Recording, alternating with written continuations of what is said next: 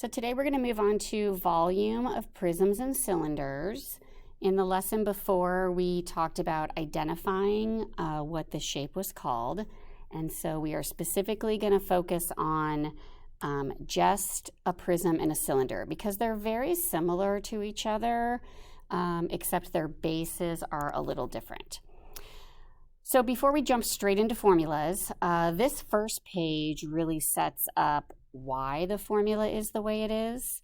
So here at the beginning here, it talks about what is the volume of a solid. And so if you break it down to cubic units, and the reason it's cubic units is all volume is in cubic units, like inches cubed would be cubic units. So the volume is basically how many, the number of cubic units in the interior. So we can, if we start with a shape in terms of cubes, we can just count them and then create a formula. So to start out with these three postulates, volume of a cube postulate, volume congruence postulate, volume addition postulate. So these three items, with the exception of the first one, really talk about how we can combine things. So volume of a cube. So over here, a cube, of course, has three sides that are the same. So we're basically doing length times width times height.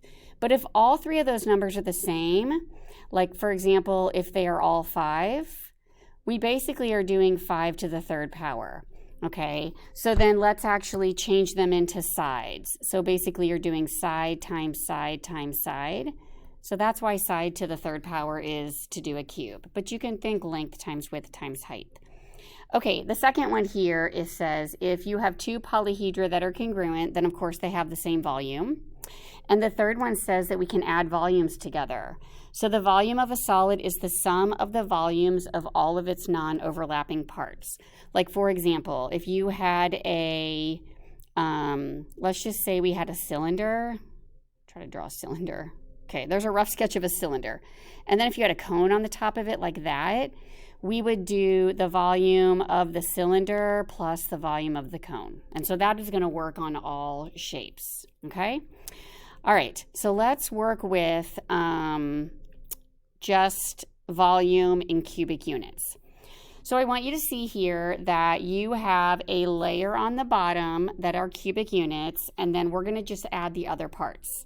So I'm going to start out here with the bottom layer. So if I have the bottom layer, I want to start out by how long, let me switch colors here. This length of this bottom layer, I have 7 units this way, and then I have 2 units going back. So if I were to determine that if I do 7 times 2, I get 14 cubes. And you can actually count that out. Like if you look over on this side, here are 2 cubes deep, and then we have 7 cubes along the side. So we can get that entire layer. So let's do the upper, let's do this upper left layer here. I'm just going to write upper left. So if I have 2 units this way, and then if I look over here, let's see, the depth of this is this 2 units. So you could consider having 4 cubes, but that would, you could think of it as doing 2 times 2. Now the last layer over here, I'm going to say, I just switch colors. I'm going to say over here in purple. So let's say upper right layer.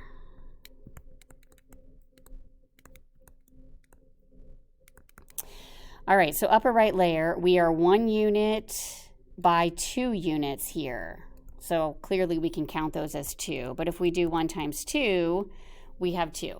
So now if we just add the 14 cubes plus 4 cubes plus 2 cubes, then we'll have our total of 20, whoa, that's not what I thought I was using. We've got 20 cubic units.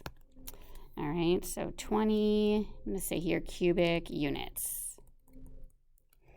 So in order to, I guess, extend that out, we can create a formula. So let me talk about this a little bit more on the next page. So you guys go to the 2 volume formulas. I specifically want to talk about the volume of a prism. Now, I'm going to talk about why it's called a right prism or a right cylinder. So we are going to specifically focus on when it's a right prism. That just means that there is a right angle with basically the ground. So it's not like a slanted, like it wouldn't look like this. Let's see if I can draw it.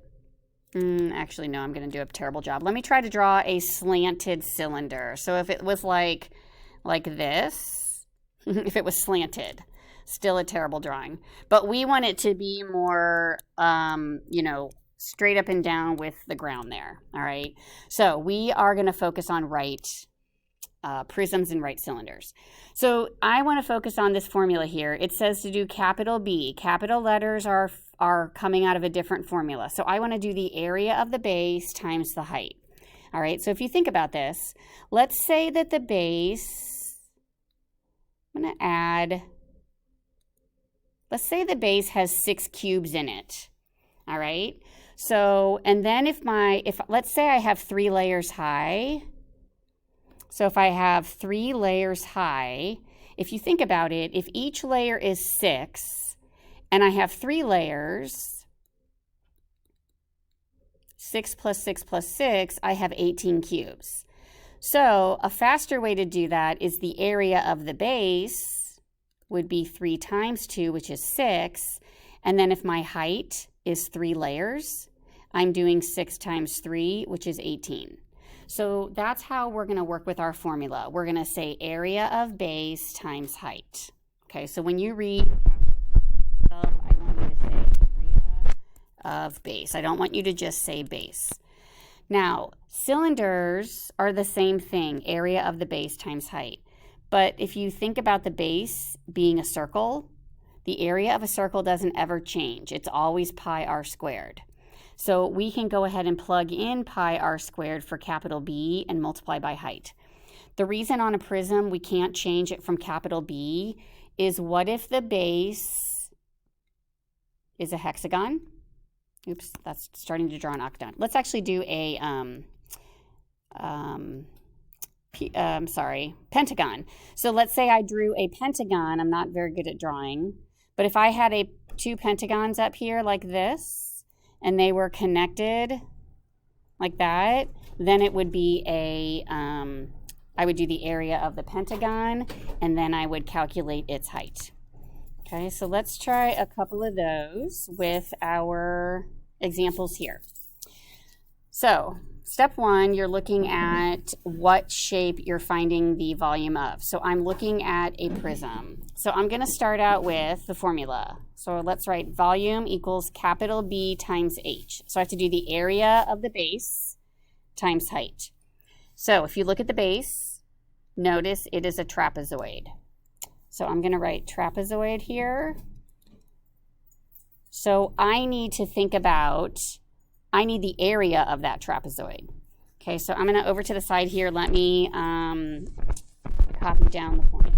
So trapezoid, we did this a few units ago. It is 1/2 times the height, and then you're going to multiply the base 1 plus the base 2.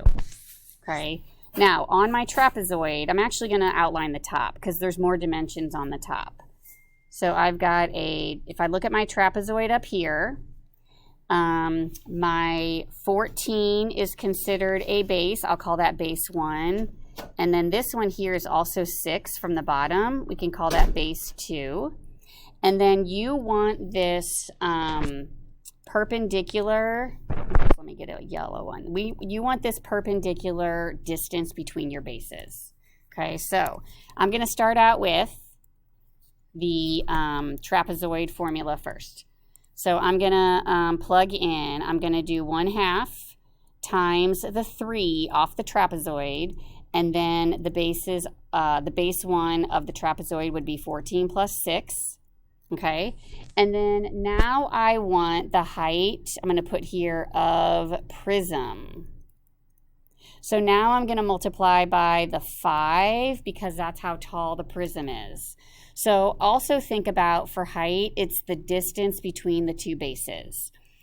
So I can clean this formula up a little bit. I can take 1/2 times 3 times, what is that, 20 times 5. And honestly, I'm just going to type that in one step. So 0.5 times 3 times 20 times 5 is 150, and then our units would be centimeters, and you always want it to the third power. Okay, so area of the base times the height. This time it was a trapezoid base, so you focused on the area of the trapezoid times how tall the prism is. Okay, the second one is of a cylinder. So you can still think of it as area of the base, capital B times H, but I always like to plug in the area of the triangle, or I'm sorry, the circular base formula. So I'm actually going to do pi r squared and then times H, the height of the cylinder. So then I just have a radius is provided as 9, the height of the cylinder is 6. So I'm going to do pi times 9 squared times 6. Now, if I wanted to write it in terms of pi, I could do 9 squared times 6, and I could leave it as 486 pi, and then we're dealing with cubic feet. Okay, or if I wanted to plug in pi, I could multiply by pi, and so I would call that approximately 1,526 we'll just call it 0.8. So I'm going to put like a circle or a box around both answers because one of them is exact in terms of pi, the other is approximate.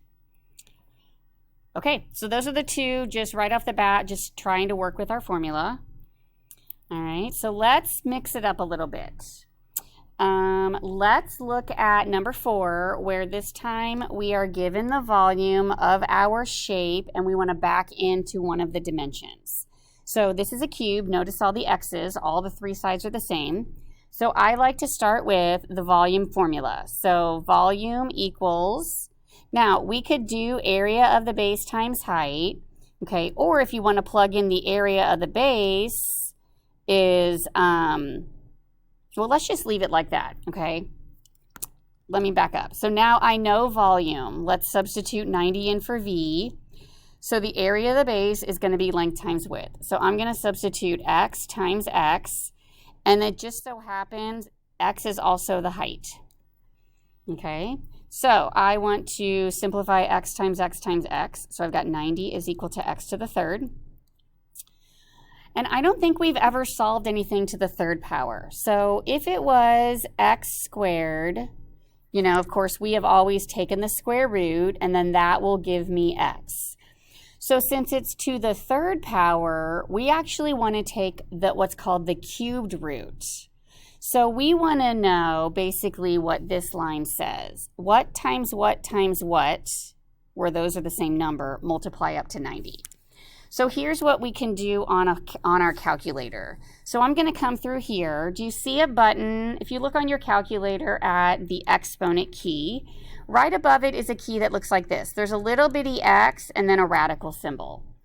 That little bitty x is where I'm going to take anything higher than the square root. So I could take the cubed root or the 4th root or the 5th root. So I'm going to do this. I'm going to rewrite this step. And so I'm going to take what's called, I'm going to make a tiny 3 here and then a square root symbol and a tiny 3 here and a square root. So I'm taking, I'm going to write here, I'm taking the cubed root.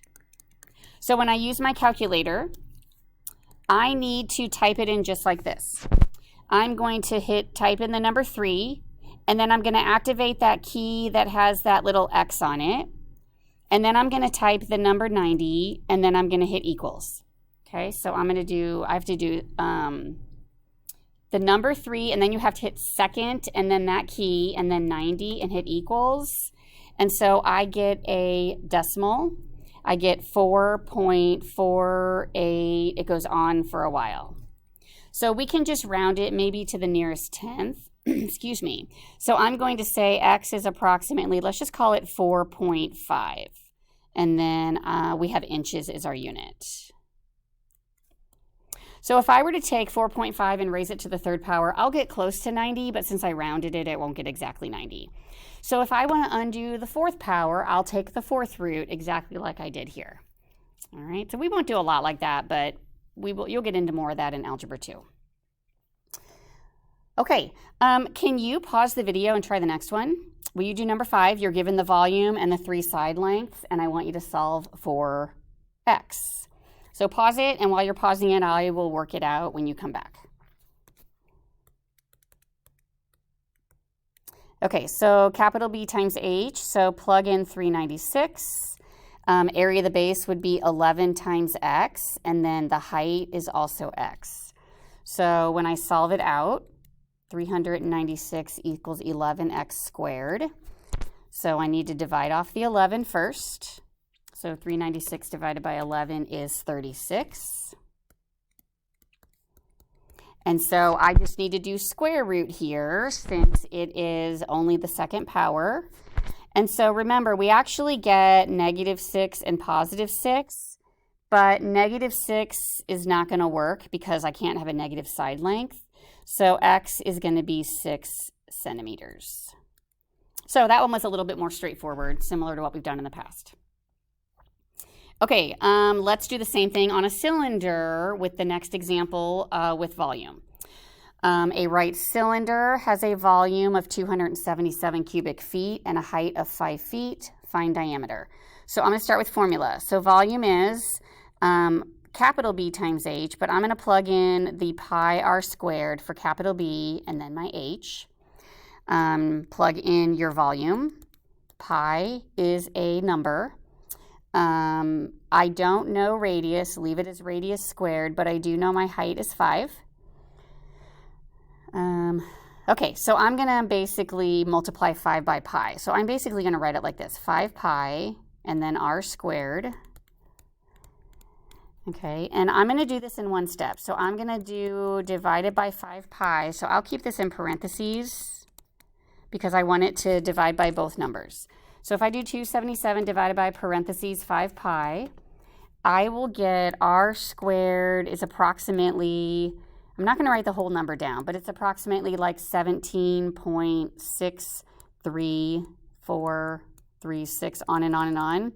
Now I like to do that answer button. So I'm going to do, I'm going to take the square root and I'm going to type in that, hit that A and S key. So second square root, second answer. And then if I round it, I've got radius is about 4.2, but you want diameter. So actually I'm not going to change what's on my screen and hit times 2. So diameter is really 8. It turns out to be the same if you did 4.2 squared or 4.2 times 2. So I need diameter 8.4 versus that 4.2. Okay, last question. This time I want you to see in this picture that when you see a dot, like a cutout, like you see those dotted lines in the middle of the prism, that's a triangular prism, you're removing it. So what I'm looking at here is I need to see the triangular prism. Okay, triangular prism. So if I found, I'm going to say if I find the volume, I'll just put V in front of it. If I find the V, the volume of the triangular prism, and subtract out the volume of the rectangle, actually I guess it's a square. I see these 4 tick marks. The volume, I'll call it a cube. If I do that calculation, I will have what's left over after I've cut out that volume. So I'm going to use formulas here. So the volume of a triangular prism, so I'm going to work with area of the base times height minus, I can still do area of the base times height. And I take that back. That is not a cube. That is actually a square prism. That just means the two bases are squares, but the height is not the same as the bases. So that's actually a square prism. Okay, so I'm going to jump back and forth between the first calculation and second. So if it's a triangular prism, the area of the base is the formula 1/2 lowercase b lowercase h. And then I need to then multiply by the height of the prism. So these are two different heights. So I'm going to stay here with this one for just a minute. So if I look at my triangle, I am going to resketch the front of it. And it is an equilateral triangle. So you see how these double tick marks are telling me they're the same. So actually, I'm not going to use that formula. I'm going to use the formula we talked about a couple days ago. The area of an equilateral triangle is the square root of 3 over 4 times the side squared. Okay, and then I'll also bring down the height of my prism. So now I just plug in my 10, that's my side. So I will do square root of 3 over 4 times 10 to the second power, and then the height of the prism over here is 6. It's how far away are the two triangles. Okay, so I'm going to come back to that in a moment. Now, maybe I'll switch colors here. Let's do purple for the square prism. So I'm going to work with the square prism. So the area of the base is going to be your length times width. So do you see this 3? It's saying that all 4 sides of the square are 3. So I will be doing 3 times 3, and then how long is the prism? So how long is this purple segment? It is 6 feet as well, times 6, okay?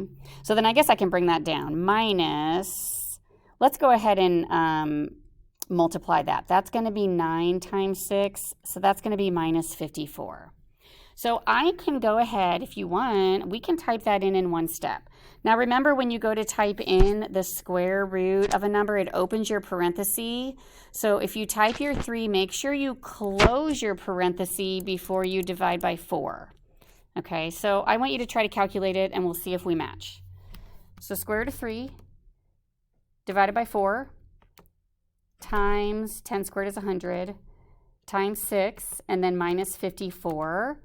I'm getting about 205.8. So approximately 205.8, and then the units are feet, so cubic feet. So if you're trying to do a composite volume where you could possibly add, maybe in this case we subtracted, you kind of temporarily take them in stages and then you bring them back together, all right? Okay, so I want you to try the assignment. We will go over any of these formulas the next time in class.